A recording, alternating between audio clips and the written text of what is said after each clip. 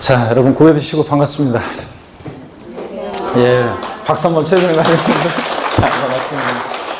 자, 우리 오늘 여러분 세법인데요. 특별히 우리는 그 부동산 세법을 시험 범위로 해요. 그래서 세법의 방대한 내용들 속에서 특별히 우리는 부동산 세법이죠. 그래서 부동산을 취득할 때 내는 세금이 어떤 거고, 보유할 때 가지고 있을 때 내는 세금이 어떤 거고, 팔 때 내는 세금이 어떤 거냐, 이걸 우리 시험 범위로 하고 있습니다. 그래서 여러분이 이제 갖고 계신 교재는 기초 입문서라고 그래가지고 이제 기초 과정을 우리가 이제 배울 건데, 기본서에 여러분 갖고 계신 교재는 이제 기본서에 그 일부 아직 기본서가 세법 같은 경우는 좀 법령이 개정이 막 되고 그렇기 때문에 아직 그 법령 개정안을 반영하기 위해서 조금 세법 그 기본서 추가에 늦어지고 있어요. 그래서 그 일부를 지금 여러분이 갖고 계신데, 세법은 대개 어떤 교재든 보면 크게 세 개 부분으로 되어 있어요. 어떻게 되냐면 조세 총론이요. 세법의 기본적이고 공통적인 사항을 다루는 부분인데 조세 총론이요. 여기 이제 시험에서는 한두 문제가 출제돼요. 한두 문제 출제되는데 세법의 기본적이고 공통적인 사항을 다룹니다. 그래서 처음에는 이게 여러분들이 용어를 아직 그 낯설고 용어가 낯설고 또 아직 배운 내용이 없기 때문에 처음에는 이 부분이 어렵게 느껴질 수 있는데, 자, 우리가 이제 첫 시간 강의를 하면 어떤 수강생분들은 첫날 강의 듣고요. 제가 용어 설명하고 가장 기본적인 것을 설명했을 뿐인데, 첫날 강의 듣고 어떤 분은 굉장히 어렵다, 세법이에요. 또 어떤 분은 귀에 쏙쏙 들어와요, 이렇게 얘기하는데 어떤 분은 뭐 어렵다 합니다. 여러분, 오늘 배우는 내용은 어려운 게 아니라 뭐냐면 생소해서 낯설어서 어렵게 느껴지는 것 뿐이지 어려운 거 아닙니다. 어떤 간에 처음에는 생소해서 어렵게 느껴지는 부분인데 나중에는 별거 아니고요. 시험 문제는 한두 문제가 출제되는데, 지난 이제 29회 시험이요. 지난 우리 10월 달에 있었던 29회 시험에서는 두 문제가 나왔고요. 그 다음에 27회, 28회에서는 한 문제씩 나왔었어요. 근데 대결에서 한두 문제씩 출제되는 부분이고, 두 문제 정도 출제 예상하시면 됩니다. 조세 총론. 그 다음에 지방세, 또 그 다음에 국세 이렇게 나눠져요. 자, 그럴 때 용어 설명을 하나 여러분 드리면은, 처음으로 용어 설명 하나 드립니다. 과세 주체란 말이 있습니다. 세금 과세의 주체가 된 자예요. 과세 주체. 그래서 세금 부과에 징수 권한이 있는 자를 우리가 과세 주체라고 하는데, 이 세금은 누가 부과하는 세금이냐? 그럴 때 과세 주체는 국가도 있고 그 다음에 지방자치단체가 있습니다. 그랬을 때 국가가 과세 주체인 세금을 우리가 뭐라고 하냐면 국세, 지방자치단체가 과세 주체인 세금을 지방세 이렇게 얘기합니다. 자, 그럴 때 지방자치단체는 또요, 광역지방자치단체인 특별시, 광역시, 도가 있고요. 그 다음에 특별자치도, 특별자치시가 있는데, 제주특별자치도 같은 특별자치도, 그 다음에 세종특별자치시 같은 이렇게 특별자치시가 있습니다, 여러분. 자, 이렇게 해서 얘네들 광역지방자치단체, 얘네들 과세 주체가 되고요. 그 다음에 또 기초지방자치단체인 시군구가 있습니다. 시장무수 구청장도 과세 주체가 되는데, 여기서 말하는 구는 특별시, 광역시에 속해 있는 구를 얘기합니다. 그래서 서울특별시 강남구, 또 그 다음에 뭐 서울특별시 노원구 같은 그 구를 얘기합니다. 부산광역시 해운대구 같은 구고요. 근데 경기도 만약에 부천시 원미구, 또 경기도 안산시 단원구, 이런 데는 자치구가 아닙니다. 그 구는. 자, 이래서 광역지방자치단체 구를 얘기합니다. 어떻든 간에 얘네들이 과세 주체가 되는데, 지방자치단체에서 부과하는 지방세와 국세는 대개 시험 문제는 7문제 정도씩 이렇게 내외로 출제가 됩니다. 자, 그런데 이렇게 비슷한 비율로. 근데 반드시 그런 게 아니라, 최근 같으면 이제 지방세에서 8문제예요. 그래서 올해, 지난 이제 29회 시험하고 그 다음에 28회 작년 시험에서는 8문제가 지방세 나왔고, 국세가 6문제가 나왔어요. 국세가 6문제. 그래가지고 6문제가 나와가지고 지방세 비중이 좀 높았었는데, 대략 이런 비율로 문제가 출제가 되고 있습니다. 자, 그래서 우리 세법은요, 세법은 그래서 29회 시험 같으면 조세 총론에서 2문제, 자, 지방세에서 8문제, 국세에서 6문제 이렇게 해가지고 우리 세법은 16문항이 공시법 24문항과 함께 우리 2차 과목은 시험 보실 때 여러분이 1교식을 해가지고 부동산 공법과 그 다음에 중개사법이란 과목을 40문제씩 해서 80문제 시험을 보고, 또 쉬었다가 2교시에서 이제 공시법령과 세법 합쳐가지고 40문제 시험을 보고 있습니다. 세법은 여러분요, 우리 전체 공인중개사 과목 중에서 출제문항 수가 제일 작습니다. 출제문항 수가 제일 작은데, 그런데 자, 공인중개사 과목에서 출제문항 수는 제일 작지만 효자 과목입니다. 여러분들이 이제 제가 오늘 말미에 세 번째 시간에 이제 제 개인 카페를 좀 소개해 드릴 건데, 그 카페 오면 합격생분들이 이제 시험 보고 나서 합격 후기 남긴 것을 글을 보면요. 세법에서 여러분들이요. 세법에서 뭐 한두 문제 틀리거나 뭐 고득점하거나 자 그래가지고 자기는 합격할 수 있었다. 세법에서 만약에 몇 문제 만약에 더 틀렸으면 자기가 세법에 고득점을 못했으면 떨어질 건데 이번 시험에 합격했다 그런 고백들 하는 거 봅니다. 광명에서는 뭐 다 맞은 분도 있고 자 세법 하나 틀린 분도 있고 그렇습니다. 이렇게 세법이 고득점으로 인해서 다른 과목의 점수를 보태줘서 합격하는데 큰 도움이 되는 효자 과목입니다. 또 여러분들 살아가시면서 있죠.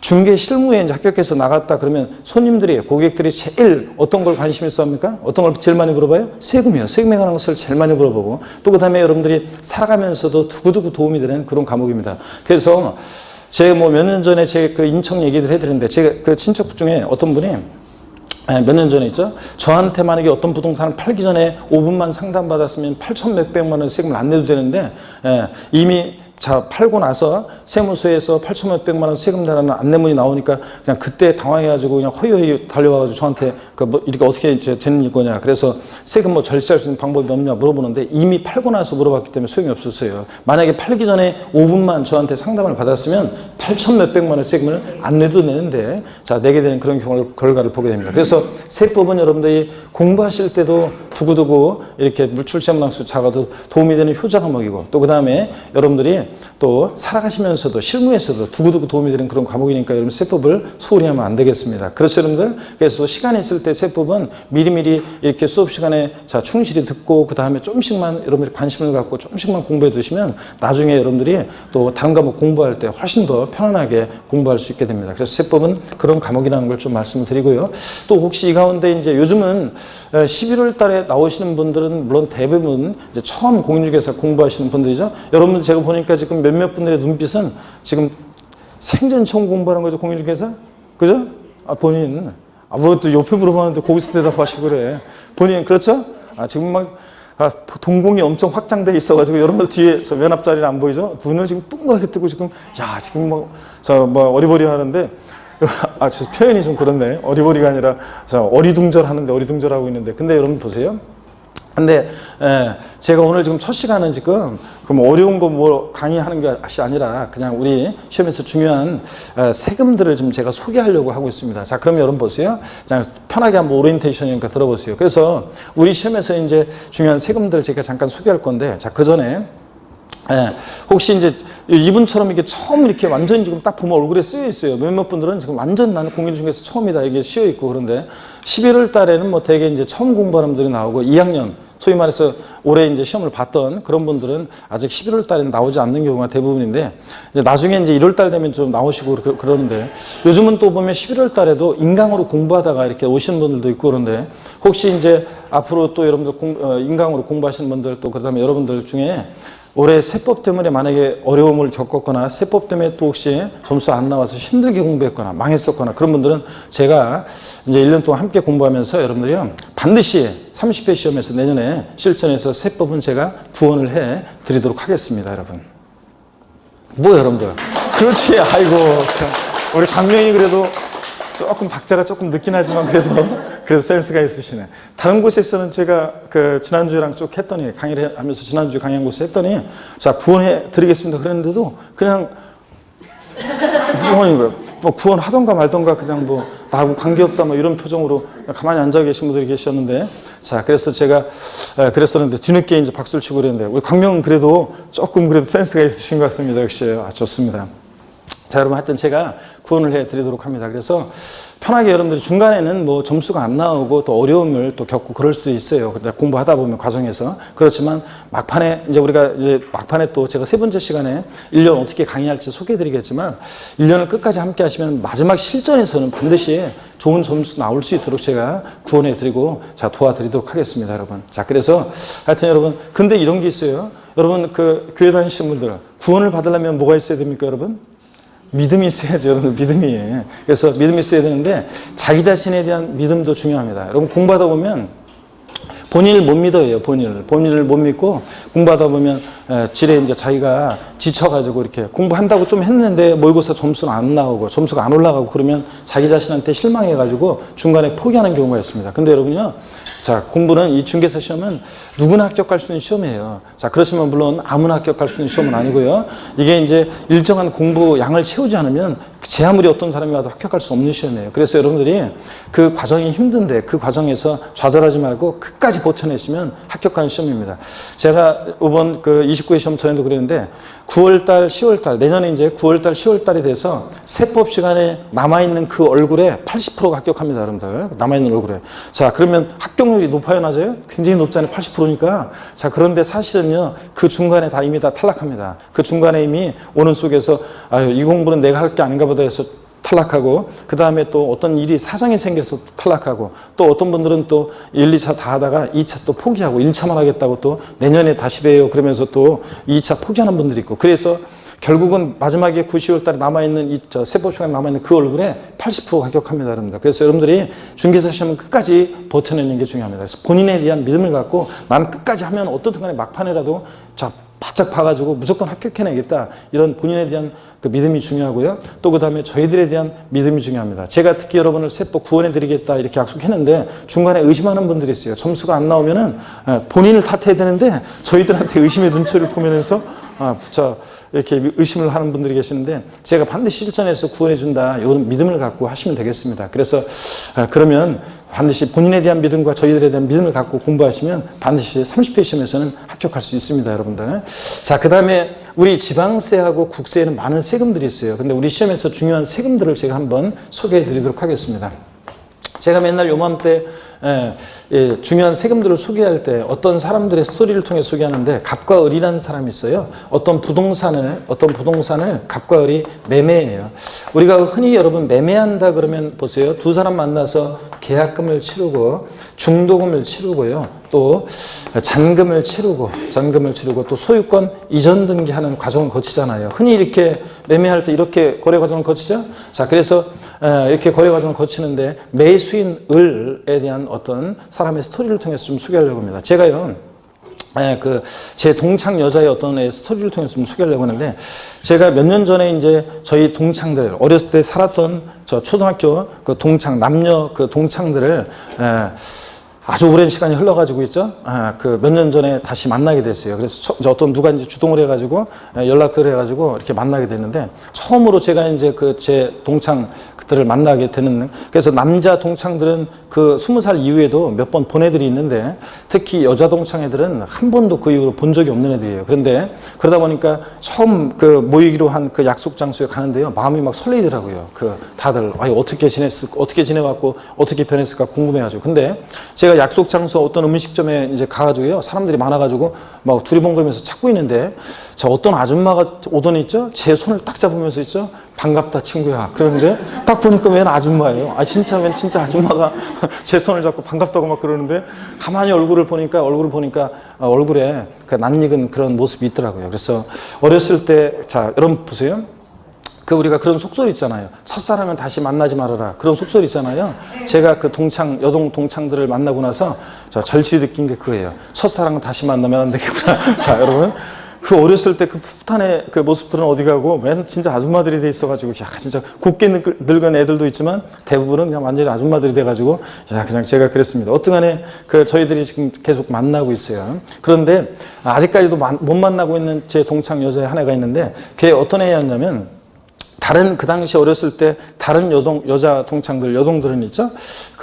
이렇게 상반신과 하반신의 비율이 있잖아요. 50%씩이에요. 그래서 딱 접으면 절반이에요. 그런 애들인데, 제가 얘기하려고 하는 어떤 여자 동창에는 걔만 키가 우울하게 크고, 그 다음에 하체가 길고 막 그랬어요. 늘씬했던 애인데, 얘가 조신하게 잘 있었으면 시집 잘 갔을 건데, 제가 이제 나중에 듣기로는 얘가 20살 무렵에 그 남자를 만나가지고 사고를 쳐서 결혼을 하고 애를 낳은 게 아니라 애를 낳고 결혼을 했어요.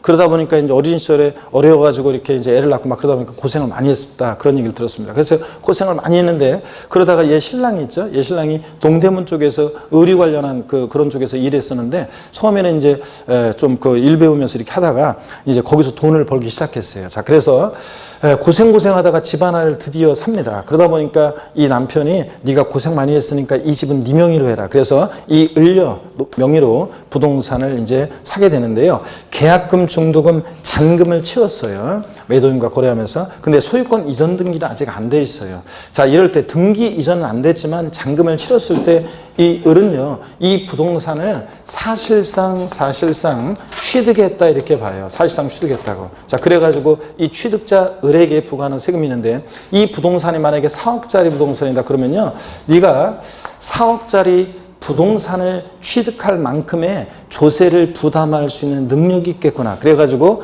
이 취득자의 조세 부담 능력을 보고 부과하는 그런 세금이었습니다. 자, 어떤 세금이 부과되겠습니까? 어떤 세금을 내요? 네? 자, 여러분 취득세를 내지. 여러분 알고 있잖아요.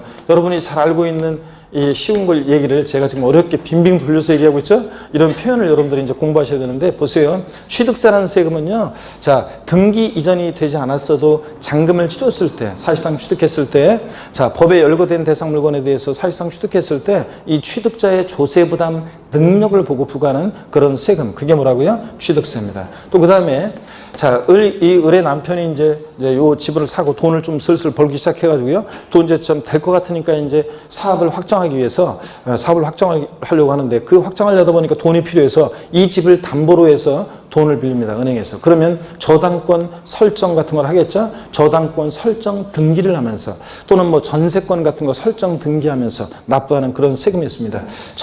여러분들, 저당권 설정 등기 같은 것을 할 때 어떤 세금이 부과되겠습니까?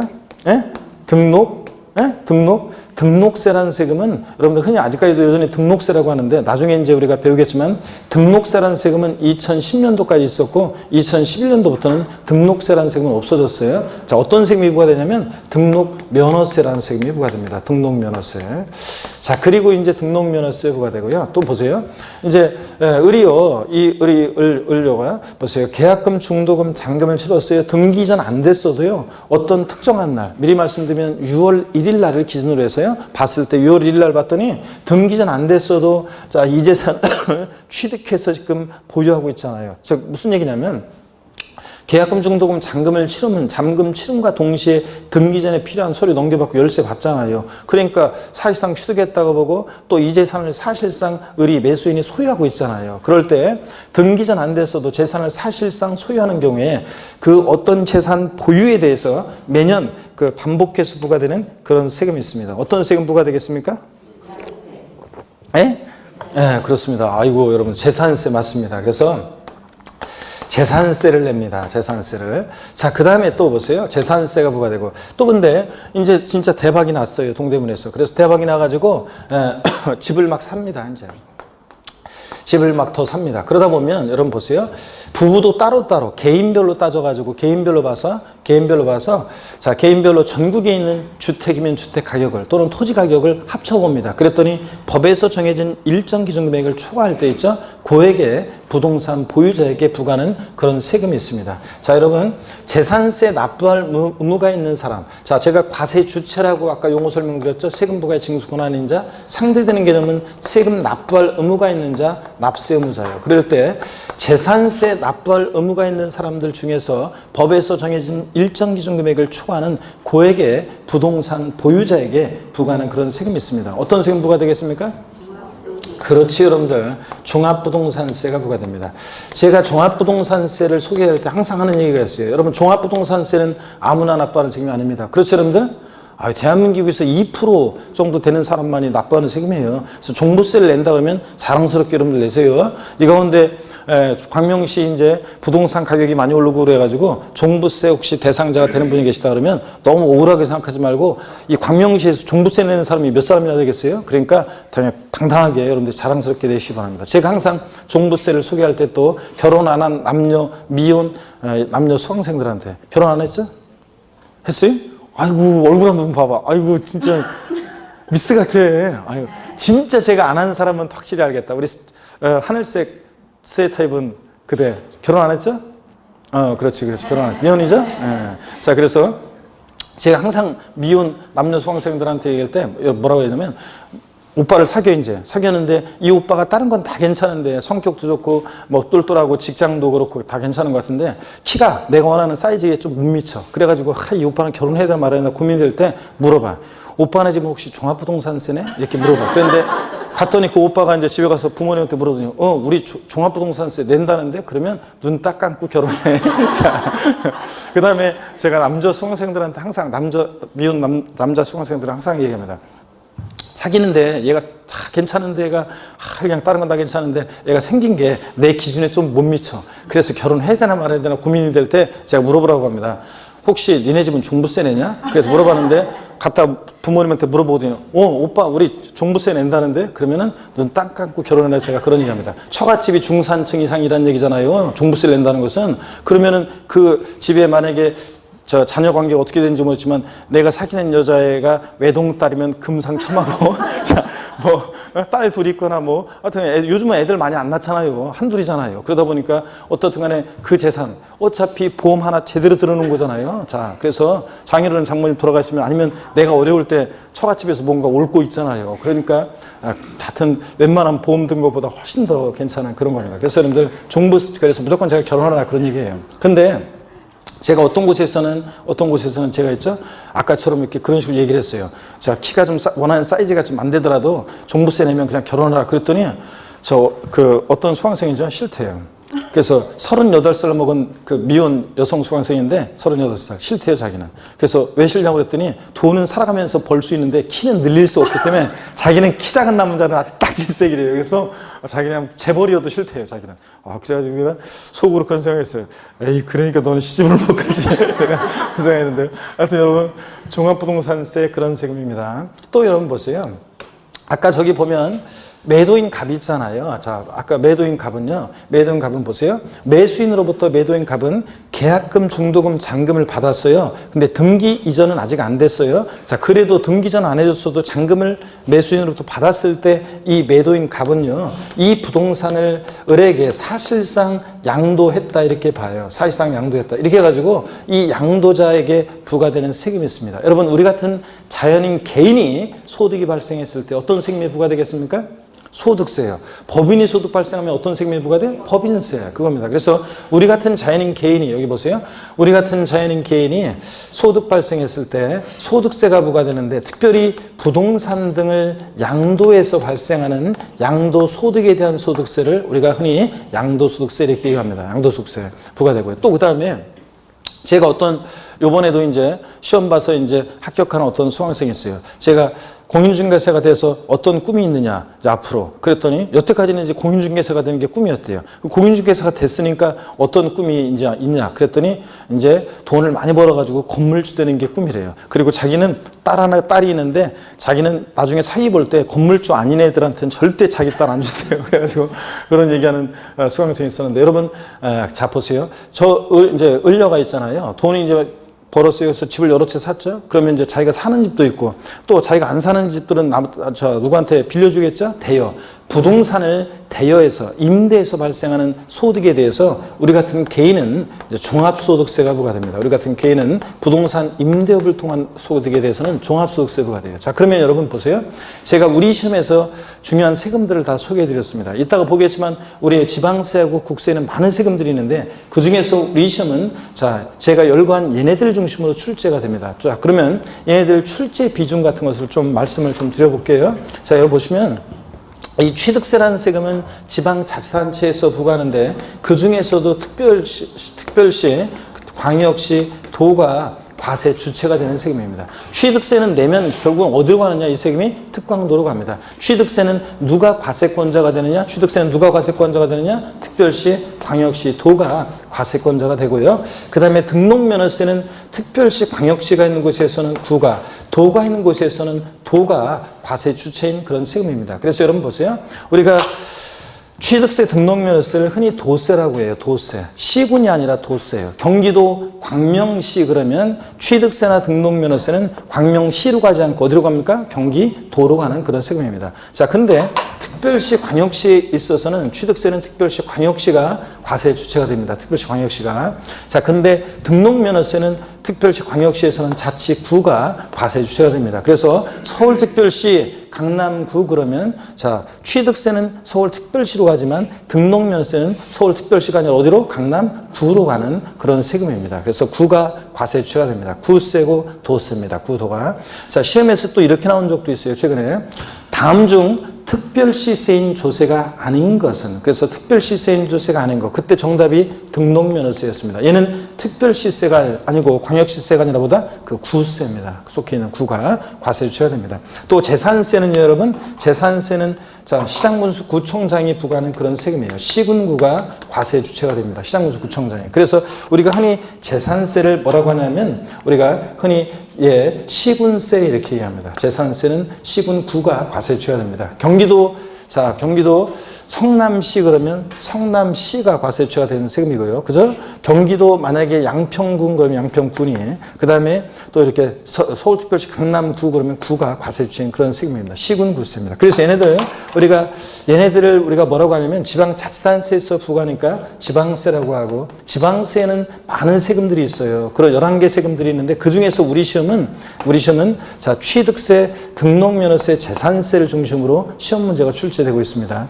또 종합부동산세부터는 국가가 과세 주체인 세금이기 때문에 얘네들 우리가 뭐라고 하냐면 국세 이렇게 얘기합니다. 국세에도 많은 세금들이 있지만 그중에서 우리 시험은 종합부동산세와 양도소득세를 중심으로 출제가 되고요. 그 다음에 출제비 중세가 말씀드린다고 그랬죠? 여기 한번 봅니다. 취득세는 시험 문제가 서너 문제가 출제돼요. 서너 문제가 출제되고, 등록면허세는 한두 문제가 출제가 되고 있습니다. 자, 근데 원래 한 문제씩 계속 나왔었는데 최근에 29회 시험, 지난 29회 시험, 또 작년 28회 시험에서 두 문제가 지금 등록면허세에서 계속 나오고 있습니다. 자, 한두 문제 나오고 있고요. 그 다음에 재산세는 세 문제가 출제가 되고 있고, 그 다음에 종합부동산세는 한 문제 정도 출제가 되고 있고요. 그 다음에 양도소득세에서는 대여섯 문제가 출제가 되고, 종합소득세는 부동산 임대업을 중심으로 한 문제가 가끔씩 출제가 되고 있습니다. 자, 그러면 여러분요, 우리 시험에서는 어떤 세금이 제일 중요합니까? 지금 여러분 딱 보니까 어떤 세금이 제일 중요하다? 자, 양도소득세가 제일 많이 출제되고 제일 어렵습니다. 그리고 실무에 나가서도 제일 중요한 거고요. 그래서 양도소득세가 제일 많이 출제되는 제일 중요한 세금입니다. 그 다음으로 중요한 세금이 어떤 거냐면 그 다음으로 중요한 세금이 취득세입니다. 그 다음에 취득세가 그 다음으로 중요하고, 그 다음에 재산세, 이런 순서로 출제가 되고 있습니다, 여러분. 자, 그 다음에 여러분 제가 아까 우리 부동산 세법이라고 그랬잖아요. 우리 부동산 세법이라고 했는데, 자, 보세요. 부동산 세법이라고 말씀드렸는데, 취득세와 등록면허세는 부동산 취득 시에 부과되는 대표적인 세금입니다. 부동산 취득할 때. 그래서 얘네들은 그 부동산 취득 시에 부과되기 때문에 같은 점, 다른 점, 즉 같은 점들이 많아요. 근데 또 달라요. 그러다 보니까 얘네들 공부할 때 헷갈리기 때문에 취득세와 등록면허세는 항상 비교 정리할 수 있어야 됩니다. 그 다음에 재산세하고 종합부동산세 있죠? 얘네들은 부동산을 보유할 때, 가지고 있을 때 내는 그런 대표적인 세금입니다. 또 그래서 얘네들도 항상 비교 정리할 수 있어야 돼요. 헷갈리지 않도록. 자, 29회 시험에서는 또 문제가 어떻게 나왔었냐면 5개 지문이 다음 재산세와 종부세에 관한 설명, 자, 그래 해가지고 묶어서 재산세와 종부세를 묶어서 이렇게 한 문제로 구성이 돼서 출제가 됐어요. 그래서 사실은 29회 시험은 재산세는 정확히 얘기하면 2.5문제, 종합부동산세 문제 1.5문제 이렇게 출제됐다고 말할 수 있는데, 어떻든 간에 정답이 재산세에 있었기 때문에 재산세는 3문제, 종부세 1문제 이렇게 봅니다. 하여튼 어떻든 간에 항상 얘네들 짝이니까 재산세, 종부세 항상 비교 정리할 수 있어야 되고요. 그 다음에 양도시에 부과되는, 자, 어떤 거요? 양도소득세. 그래서 우리는 부동산 세법이라고 제가 처음 아까 말씀드렸잖아요. 우리는 세법이 방대한 내용들 속에서 부동산을 취득할 때 내는 세금이 어떤 거고, 보유할 때 내는 세금이 어떤 거고, 팔 때 내는 세금이 어떤 거냐, 이걸 중심으로 우리 시험 문제가 출제되고 우리 공부를 합니다, 여러분. 자, 그러면 애들 중심으로 이제 출제가 공부하고요. 그 다음에 우리 오늘 이제 여러분들이 공부하는 부분은 어떤 거냐면 이제 조세 총론을 공부해요. 제가 우리 세법은 조세 총론, 지방세, 국세 이렇게 크게 3개 부분으로 되어 있다고 그랬잖아요. 그래서 여러분들, 자, 그럴 때 여기 한번 보겠습니다. 조세 총론이요. 오늘 공부할 부분이 이제 조세 총론인데, 세법의 기본적이고 공통적인 상을 다루는 부분이라고 그랬잖아요. 그랬죠, 여러분들? 자, 보니까 아직도 긴장이 안 풀리셔서 계속 긴장된 얼굴로 보고 계신 분들 계시는데, 지금까지는 제가 별거 없어요. 우리 시험에서 중요한 세금 그냥 소개해주고 그 다음에 출제 비중 말씀드린 거고요. 자, 여러분, 기저귀 제끼시고, 제가 이제 가끔씩 세법 시간에 이렇게 스트레칭도 하고, 다른 과목과 참고로 세법 시간에 스트레칭도 하고, 또 가끔씩 제가 시도 읊어드려요. 시도 가끔씩 읊어드리는데, 제가 있죠. 그 시바타 도요라는 일본 할머니가 있어요. 97세 시집을 내셔가지고 당신이 장례비로 쓸 100만 엔 모아냈던 거, 그걸 갖고서 이제 시집을 냈어요. 자기 이제 그 손주가 내줬는데 97세에 시집을 내셨고 지금 돌아가셨습니다. 근데 100세 넘어서 장수하시다가 돌아가셨는데 그 할머니가 쓴 시집이 있어요. 그래서 그 시집의 대표적인 시가 이제 약해지지 마라는 시인데요. 제가 그 약해지지 마라는 그 시를 작년에도 읊어드렸거든요. 그런데 제가 이번에 이제 어떤 한 수강생 있잖아요. 이번에 시험 끝나고서 저한테 이제 그 감사 인사 전하면서 그 수강생이 그러더라고요. 교수님, 제가요 힘들 때마다 그 시 있잖아요. 약해지지 마. 그거 교수님 읽어준 그 시를 떠올리면서 제가 힘들 때마다 약해지지 마 하면서 자기가 그 시에서 그 용기를 얻어가지고 자기가 힘들 때 버틸 수 있었다, 이렇게 고백을 하더라고요. 그래서 여러분, 제가 그 시도 또 읊어드리고 이런 식으로 가끔씩 이제 뭐 시도 읊어드리고 스트레칭도 하고 이렇게 하면서 보겠습니다. 하여튼 여러분들, 그래서 뭐 틈틈이 여러분들 머리에 쥐나거나 그러면 제가 재미난 얘기도 해드리면서 이렇게 재밌게 여러분 즐겁게 공부합니다. 때로는 그렇지만 내용이 힘들고 그럴 때도 있고 그렇지만 하여튼 어떻든 간에 즐겁게 여러분들 재미와 감동 속에서 1년 함께 하시고요.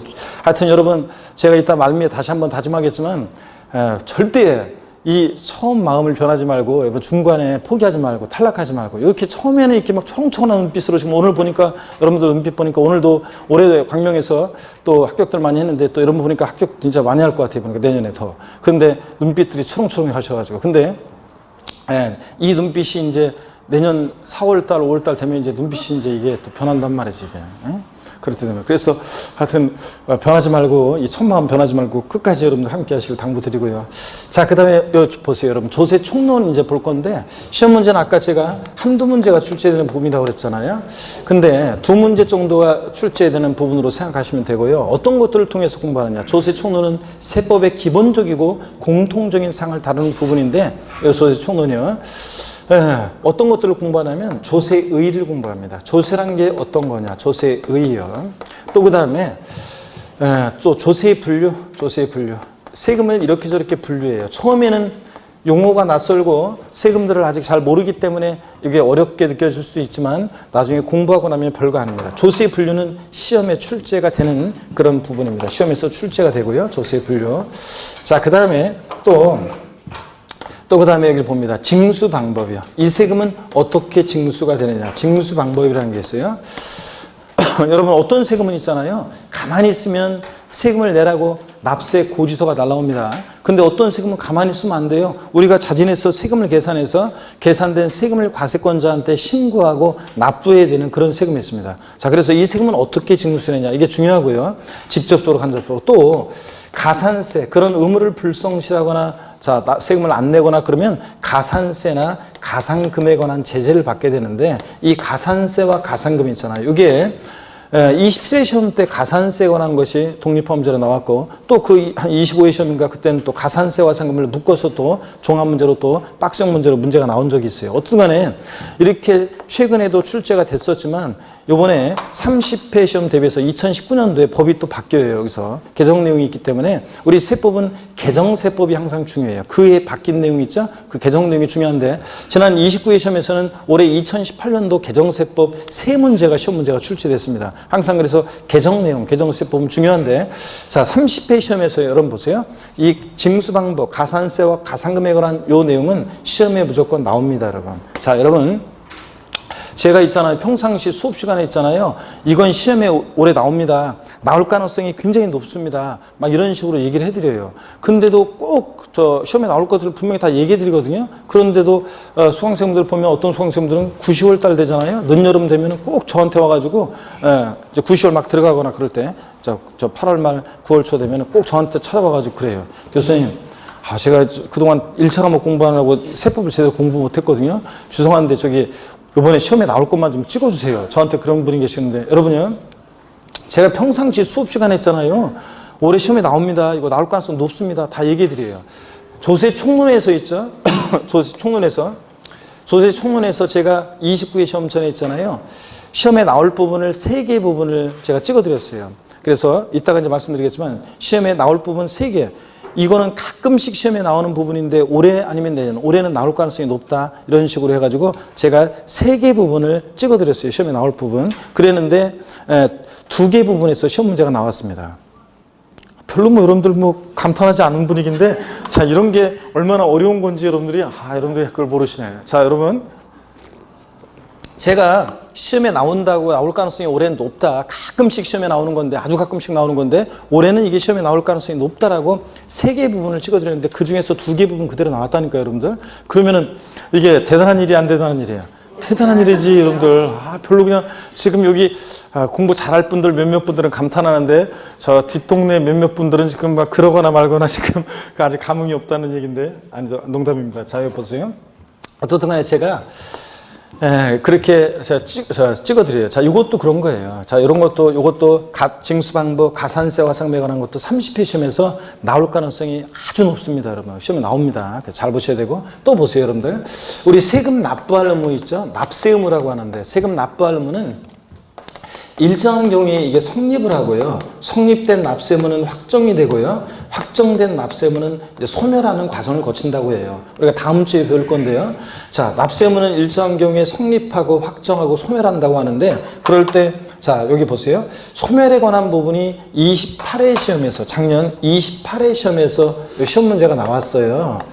소멸해서 제가 이것도 시험이 이건 아주 가끔 진짜 나오는 건데, 잘 안 나오는 부분인데, 제가 28회 시험 전에 올해는 나올 가능성이 높다 제가 얘기했어요. 그래, 소멸 부분에서. 그래가지고 소멸해서, 나왔는데, 제가 예상한 것보다 더 쉽게 나왔어요. 그래서 무난히 맞출 수 있었던 문제였고, 소멸 28회 나왔고. 그 다음에 이제, 올해는 성립과 확정이 중요하다고 했는데, 성립에서 29회 시험에서 나왔어요.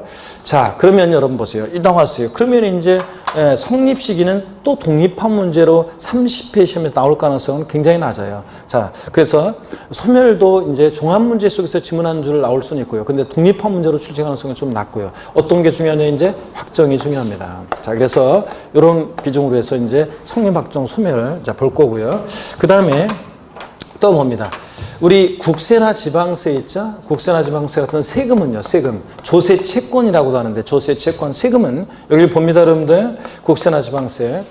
세금은요, 그러니까 채무자가 있어요. 채무자가 채무 변제불능 상태에 빠져요. 그래서 채권자들이 채무자의 재산을 공매나 경매에 넘겨요. 그러면 그 매각대금에서 누가 우선해서 가져갈 것이냐, 그런 얘기인데, 누가 우선해서 가져갈 것이냐. 그럴 때 만약에 매각대금이 공매, 경매에 넘겼어요. 채무자 재산을. 그 매각대금이 만약에 1억이에요. 근데 채무는 만약에 8천이에요. 그러면 팔아가지고 채권자들이 채권을 다 만족시키면, 그러면 순서 정할 필요가 뭐 있어요? 먼저 가져가세요. 저는 바쁘니까 내일 가져갈게요. 이러지. 근데 자, 매각대금이 1억인데 채무는 1억 5천이에요. 채권은. 그러면은 이제 순서를 정해야 되겠죠? 누가 우선해서 가져갈지. 그럴 때 국세나 지방세 같은 세금은요, 담보가 없이도 일반 채권이나 공과금보다 우선해서 가져가는 것이, 우선하는 것이 원칙이에요, 원칙. 근데 또 예외도 있어요.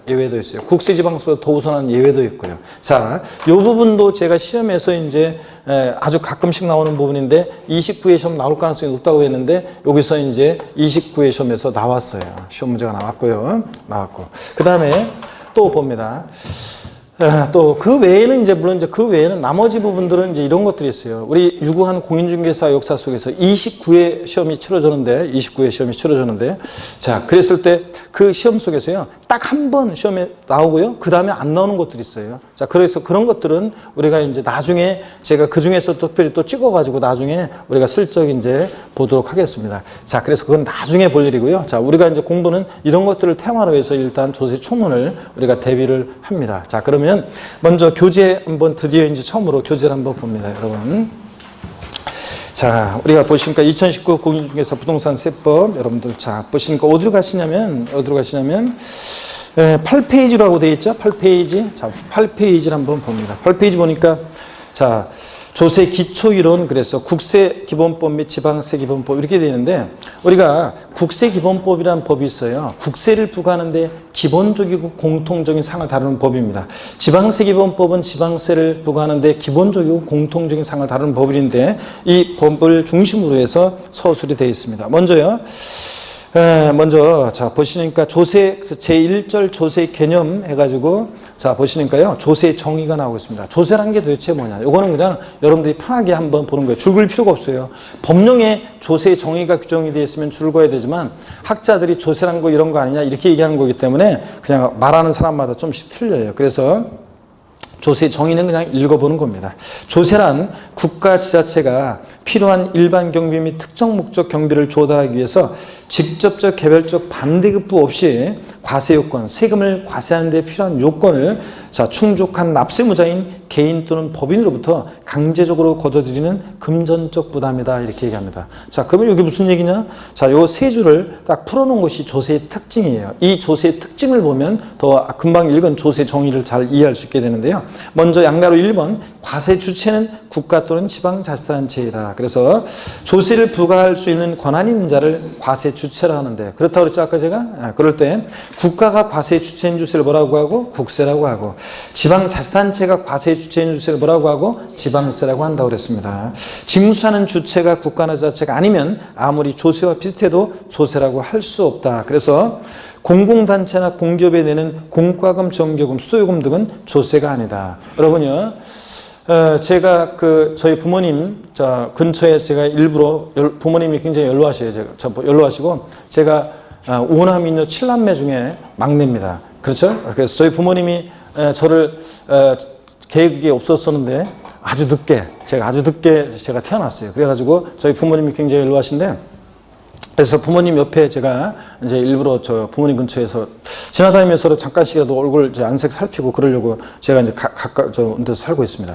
그래서 저희 부모님 댁에 가면 가끔씩 가다 이 연세 드신 분들은 절약 정신이 투철하시잖아요. 그래서 뭐 전기 이런 거, 가스 이런 거 잘 안 켜거나 막 그럴 때가 많아요. 그래서 제가 그런 거 이제 켜고 좀 따뜻하게 하시고 막 이렇게 하라고 하면은 전기세 많이 나오는데 수도세 많이 나오는데 막 이런 얘기를 저희 엄마가 하십니다. 그러면 여러분요, 제가 명색이 그래도 세법을 강의하는 아들이 그래서 제가 엄마한테 그랬거든요.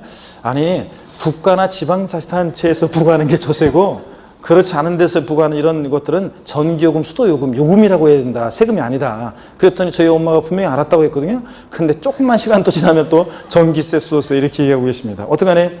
이런 것들은 국가나 자체가 아닌 곳에서 부과하니까 조세가 아닙니다. 이런 것들은. 반드시 조세는 국가나 지자체에서 부과하는 것이 조세라는 거. 양가로 2번을 봅니다.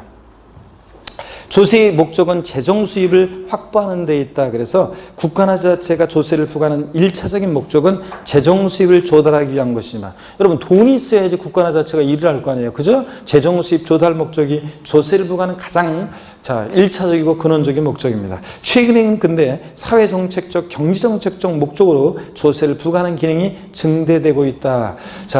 종합부동산세를 도입한 것은요, 2005년도에 부동산 과열기에 부동산 과다보유 억제, 투기 억제하기 위해서 도입한 그런 세금입니다. 그러니까 그런 목적으로도 조세를 부과하기도 한다. 그래서 그 박스 안에 보니까 본래의 목적이 재정 수입에 있지 않고 오직 위법행위에 대한 제재 목적으로 부과되는 벌금, 과태료, 과료 등은 조세가 아니다. 국민들에게 재정 수입 조달할 목적으로 벌금 때리고 과태료 부과하는 거 아닙니다. 그래서 이런 것들은 법 위반 행위에 대한 오로지 제재의 목적을 두고 부과하는 거니까 재정 수입 조달 목적 등과 관계가 없기 때문에 벌금, 과태료, 과료는 조세가 아닙니다, 여러분. 넘어갑니다. 넘기시니까 양가로 3번이요. 조세는 직접적, 개별적 반대급부 없이 부과된다 그랬습니다. 조세는 국가 지자체로부터 특별한 이익을 받은 특정인에게 징수하는 것이 아니라 조세는 비대가성, 비보상성을 특징으로 한다. 여러분이 재산세, 광명시에 주택 갖고 계신 분, 여러분들이 이제 재산세를 광명시에 대요. 세금을 낸과 동시에 국가나 지자체로부터 여러분이 광명시로부터 여러분이 비누 한 장, 수건 한 장 받은 적이 있어요, 없어요? 없잖아요. 고맙다는 말 한번 들은 적 있어요? 없어요? 없어요. 세금 낸과 동시에 직접적 개별적인 반대급부가 있다 없다? 없는 것이 조세의 특징입니다. 자, 그래서 거기 보니까 특정의 공공 서비스와 대가관계가 있는 사용료, 수수료 등과는 구별된다. 그래서 사용료는요, 국립극장 사용료 내면은 국립극장 사용하게 해주잖아요. 바로 반대급부가 오잖아요. 수수료 내면은 특정 용역 일을 바로 대행해줘요. 그러니까 이런 것들은 냄과 동시에 직접적이고 개별적인 반대급부가 있어요, 없어요? 있습니다. 근데 조세는 직접적이고 냄과 동시에 직접적이고 개별적인 반대급부는 없어요. 다만 간접적으로 국방, 외교, 치안 서비스 등을 제공해줄지언정 냄과 동시에 직접적이고 개별적인 반대급부는 있다 없다? 없다는 게 특징입니다. 양가로 4번입니다. 조세는 법률이 규정하는 과세 요건을 충족한 자에게 부과한다. 과세 요건이라는 게 세금을 과세하는 데 필요한 요건인데 그 용어 정리에 나와 있습니다. 일단 본문을 한번 볼게요. 국회에서 제정된 법률에 규정된 과세 요건을 충족한 모든 자에게 부과합니다. 과세 요건이 거기 뭔지 보충에 나와 있는데 과세 요건 1번 납세 의무자. 아예 줄글 필요가 없어요. 법령에 과세 요건이 규정되어 있으면 4개니까 무조건 외워야 되지만 이게 법령에 규정된 게 아니라 통설적인 입장이 과세 요건을 4가지로 들고 있어요. 그냥 읽어보는 거예요. 납세 의무자, 세금 납부할 의무가 있는 자, 과세 대상. 이 세금은 어떤 것을 대상으로 해서 부과될 것인지. 그 다음에 과세 표준, 과표라고 하죠. 이따가 이제 과세 표준 용어 설명 드립니다. 세율, 이런 4가지를 우리가 과세 요건이라고 합니다. 이렇게 이 과세 요건을 충족한 모든 자에게 부과합니다. 용어 정리 여러분들이 읽어보시는 거고요. 그 다음에 용어 정리, 이제 앞으로 용어가 나오는데 용어가 나올 때 여러분들이 그냥 제가 설명드리는 것도 있고 안 하는 것도 있는데 여러분이 한번 읽어보셨다가 있죠? 모르겠잖아요? 그럼 알려고 할 필요 없어요. 용어를 모르겠으면 그냥 넘어가세요. 가슴에 와닿지 않는다? 그냥 넘어가면 돼요. 나중에 공부가 많이 되고 나서 보면 대충 다 알게 돼요. 그렇기 때문에 처음부터 여러분 공부하실 때 항상 처음에 공부할 때 가슴에 느끼려고 하면 느껴지잖아요. 제가 예전에 법대 1학년 때 민법 총칙 같은 거 있잖아요. 그 민법 총칙, 민법 총칙을 공부하는데 처음에 저희가 공부할 때는 다 일본식 한자고 요즘은 많이 법률 용어가 순화가 됐지만 우리말로 옛날에는 다 일본식 한자였고 예전에는 그 다음에 전부 다 책이요. 로써 그리고 이런 것만 한글이고 나머지 법률 용어는 다 한문이에요. 다 한문으로 돼 있어요. 그랬었는데 처음에 제가 책을 보면서 법률 사실, 법률 요건 이런 거 보면서 있죠. 도대체 그런 말이 느껴지지가 않아요. 가슴에. 그래가지고 그걸 가슴으로 이해하려고 느끼려고 막 하다 보니까 시간만 가고 책장은 안 넘어가고 답답해 죽겠더라고요. 그런데 나중에 공부가 되고 나서 보니까 있죠. 그런 거 쓸데없는 건데 별 희한한 걸 갖고서 그냥 별로 아무것도 아닌 걸 갖고서 괜히 가슴으로 느끼려고 했어요. 그런 것처럼 여러분이 처음에는 모든 공부가 그래요. 처음에 낯설고 그래서 어렵게 느껴지는 것 뿐이에요. 제가 IT 쪽 있잖아요. IT. 예, 그러니까 제가 컴퓨터라든가 기계 관련한 그런 쪽은 전혀 저는 그 문과, 평생 문과로 살다 보니까 그런 쪽의 정보나 지식은 제가 별로 없고 또 그 정보나 그 지식들은 누구한테 얘기를 듣잖아요. 그러면 낯설어요. 머리가 막 혼란스러워요. 개념이. 그러면서 뭐라고 막 그런 어떤 걸 배웠어요? 그러면 그걸 갖다 배워가지고 이렇게 제가 막상 해보려고 하잖아요. 대충 알 것 같아요. 막상 해보려고 하면 안 돼요. 그게. 자, 그래서 그런 거와 똑같아요. 제가 공대 쪽의 어떤 지식이나 이런 것들을 누구한테 얘기 듣고 공부하는 거하고 똑같이 여러분들도 똑같습니다. 법이나 이런 것들에 대해서 여러분들 처음에 지금 낯설고 그래서 생소해서 처음에는 어렵게 느껴지고 그렇지만 익숙해지면 별거 아닙니다, 여러분. 자, 이런 것들. 자, 그래서 처음엔 또 그리고 너무 가슴으로 느끼려고 할 필요가 없습니다. 쭉쭉 넘어가시는 거고요. 양가로 5번 봅니다. 조세는 강제적으로 징수하는 수단이다 그랬습니다. 조세는 사적자치 원칙이 배제되고 확정된 조세 채권의 이행을 강제하는 법규 강행성을 특징으로 한다. 그래서 세금, 나는 그냥 시장이 마음에 안 들어서 세금 안 내, 재산세 안 내. 이런 거 된다, 안 된다? 안 됩니다. 이행을 강제합니다. 자, 요까지는 교양이었습니다. 자, 그래서 조세의 받고 이 특징에서 양가로 1번부터 5번까지는 교양이었고요. 요거는 이제 처음 공부하니까 한번 제가 조세라는 거 이런 거다 이렇게 하면서 같이 읽어본 거고 설명을 드렸고요. 1월 달에는 조세의에서 양가로 1번부터 5번까지 요 내용은 1월 달에 이제 설명하지 않습니다. 설명하지 않고 바로 양가로 6번으로 넘어옵니다. 시험에 의미가 있는 것은 양가로 6번만 시험에 의미가 있고 나머진 거는 다 밑줄 그으신 분들 다 헛방입니다. 시험에 안 나와요. 그냥 교양처럼 알아두시면 되는 거고 양가로 6번 봅니다. 조세는 금전적 급부가 원칙이다. 조세는 금전으로 납부하는 것이 원칙이다. 당연하죠, 여러분들. 화폐경제 시대에 세금을 금전으로 납부해야지 돼지 키우는 사람은 세금 내는데 돼지 끌고 오고 소 키우는 사람은 소 끌고 와가지고 세금 내고 막 그러면 안 되잖아요. 자, 금전 납부하는 것이 원칙이다. 다만 예외적으로 법령이 정하는 요건을 갖춘 경우에 일정한 세목에 대해서 물납을 허용하고 있다. 그러니까 금전 납부 원칙의 예외로서 물건으로도 세금을 납부할 수 있거든요. 자, 현행 세법에서는 밑줄입니다. 여기 이제 드디어 처음으로 지방세법에서는 재산세와 국세 중에서는 상속세에서 물납이 인정되고 있다는 줄장입니다. 자, 그러면 요거 오늘 지금 첫 시간 조금 늦게 시작해가지고 조금 쉬는 시간이 조금 늦어지고 있는데, 자, 그래도 요걸 좀 설명을 한번 드려보겠습니다. 여러분 이쪽 봅니다. 이쪽 보시면은 세금 납부 이행 방법에 관한 겁니다. 제가 한번 설명을 드려볼게요. 여기 보세요, 여러분들. 우리가 지금 읽은 것이 어떤 거냐면 우리 세금 납부 있잖아요. 세금 납부 이행의 방법에 관한 얘기를 지금 읽었어요. 세금 납부 이행은 어떻게 할 것이냐, 방법이요. 세금 납부는 여러분 보세요. 원칙적으로 세금 납부는 금전 납부가 원칙입니다. 그렇다고 그랬죠? 화폐경제 시세니까 금전으로 납부하는 것이 원칙이다. 또요, 세금은 일시불이요. 한 번에 내는 것이 원칙입니다. 자, 그런데 예외적으로 금전 납부 원칙의 예외로서 물건으로도 납부할 수 있고요. 또 그 다음에 일시불 납부 원칙의 예외로서 분할 납부하는 것이 허용되고 있습니다. 그런데 여러분요, 요거는 그러니까 물납과 분할 납부는 원칙적으로 허용되는 게 아니라 보다 예외적으로만 허용되고, 또 그 다음에 여러분 절 보세요. 이 물납과 분할 납부요, 아무 세금이나 물납, 분할 납부 할 수 있는 게 아니에요. 할 수 있는 세금이 딱 법에 정해져 있고, 아까도 봤지만, 또 그 다음에 얘네들 일정한 요건을 갖췄을 때 할 수 있는데 그 요건은 나중에 배우는 거고, 오늘 물납과 분할 납부 어떤 건지 용어를 익히시고, 그 다음에 이제 허용되는 세금을 알고 가셔야 되는데, 절 봅니다. 물납이 허용되는 지방세가 있습니다. 지방세에서 물납이 허용되는 세금은 금방 봤었네요. 어떤 거예요? 재산세만 허용됩니다. 다른 세금은 안 돼요. 취득세나 등록세 등등 다른 세금 안 돼요.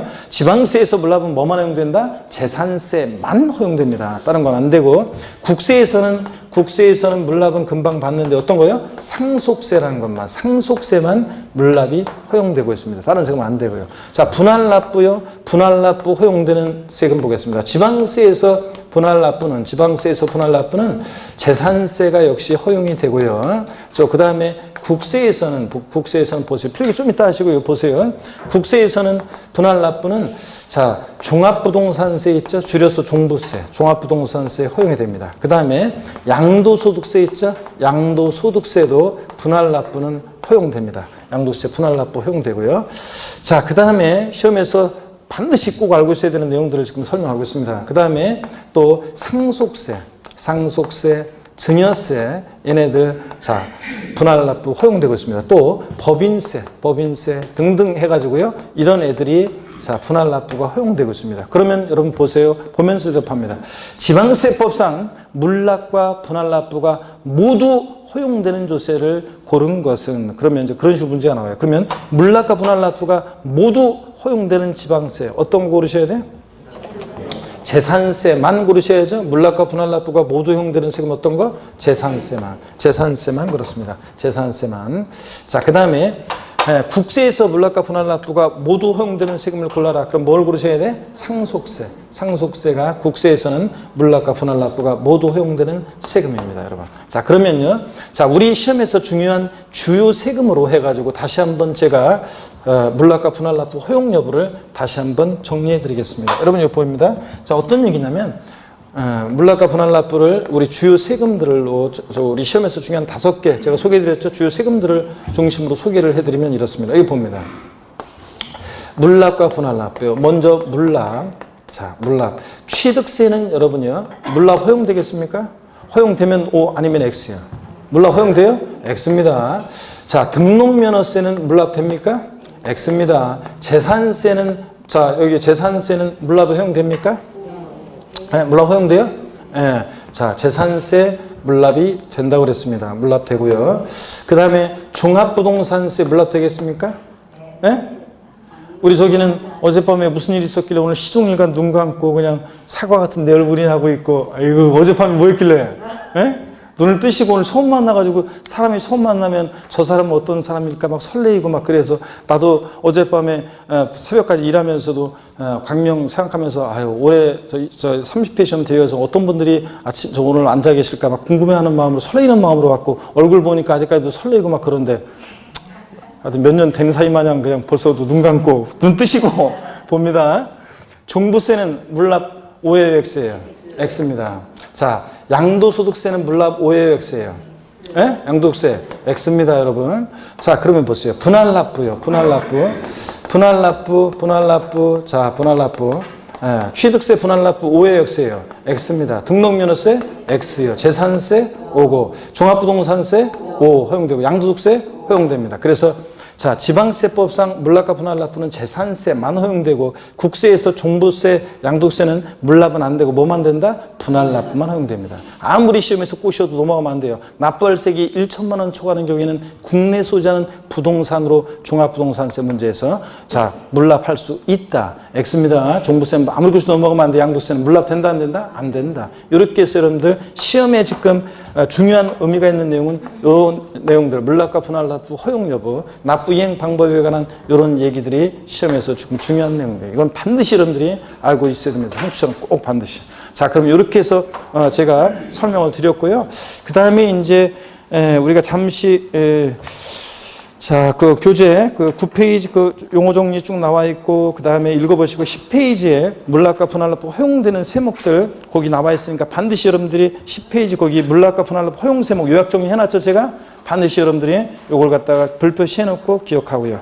자, 그 다음에 1번 문제 그 예제 문제 여러분이 한번 풀어보시고 그 다음에 잠시 쉬었다가 제2절 조세의 분류 여기부터 설명을 드리도록 하겠습니다. 잠깐 쉬겠습니다 여러분.